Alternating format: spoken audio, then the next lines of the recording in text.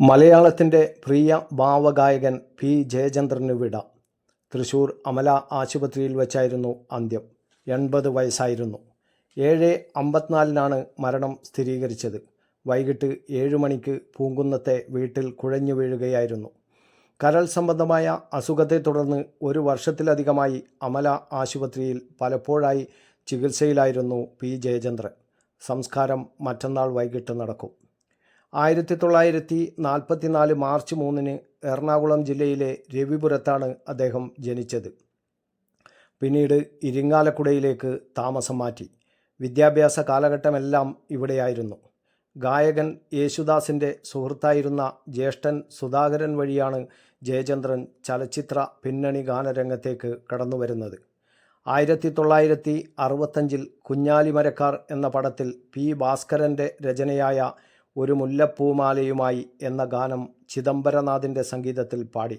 ആ ചിത്രം പുറത്തുവരുന്നതിനു മുന്നേ മദ്രാസിൽ നടന്ന ഒരു ഗാനമേളയിൽ ജയചന്ദ്രൻ പാടിയ 2 പാട്ടുകൾ കേട്ട സംവിധായകൻ എ വിൻസെൻറ്റിൻ്റെ ശുപാർശ പ്രകാരം സംഗീത സംവിധായകൻ ജി ദേവരാജൻ പി ഭാസ്കരൻ്റെ രചനയായ മഞ്ഞലയിൽ മുങ്ങിത്തോർത്തി എന്ന ഗാനം കളിത്തോഴൻ എന്ന ചിത്രത്തിനായി പാടിച്ചു. ഈ ചിത്രം 1967 പുറത്തുവരികയും ഗാനം ഏറെ ശ്രദ്ധ നേടുകയും ചെയ്തു. പിന്നീട് അനുരാഗ ഗാനം പോലെ രാജീവനയനെ നീ ഉറങ്ങൂ, രാസാത്തി ഉന്നെ കാണാതെ, നെഞ്ചം പ്രായം നമ്മിൽ മോഹം നൽകി, നിൻ മണിയറയിലെ മറന്നിട്ടുമെന്തിനോ ഹർഷബാഷ്പം തൂകി, കാട്ടുകുറിഞ്ഞിപ്പൂവും ചൂടി, ഉപാസന, കരിമുകിൽ കാട്ടിലെ തുടങ്ങി ഒട്ടനവധി മനോഹര ഗാനങ്ങൾ അദ്ദേഹം സമ്മാനിച്ചു.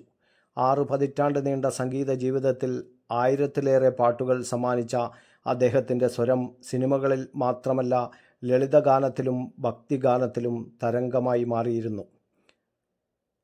മലയാളത്തിന് പുറമെ തമിഴ്, തെലുങ്ക്, ഹിന്ദി ഭാഷകളിലും ജയചന്ദ്രൻ്റെ ഗാനങ്ങൾ ശ്രദ്ധ നേടി. ഈ ഭാഷകളിൽ എല്ലാം കൂടി 16,000-ലേറെ ഗാനങ്ങൾ അദ്ദേഹം പാടിയിട്ടുണ്ട്.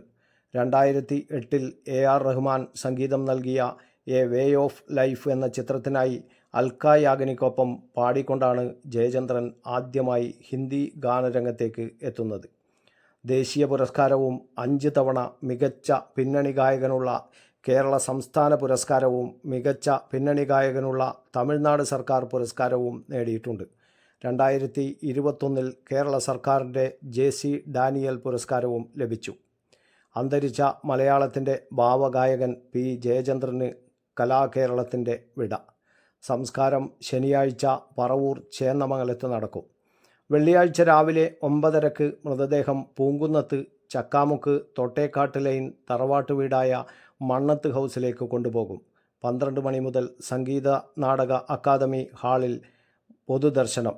ശനിയാഴ്ച രാവിലെ 9 മണി മുതൽ ചേന്നമംഗലം പാലിയം തറവാട്ടിലെ പൊതുദർശനത്തിന് ശേഷം വൈകിട്ട് 3 മണിക്ക് പാലിയം തറവാട് ശ്മശാനത്തിൽ സംസ്കാര ചടങ്ങുകൾ നടക്കും.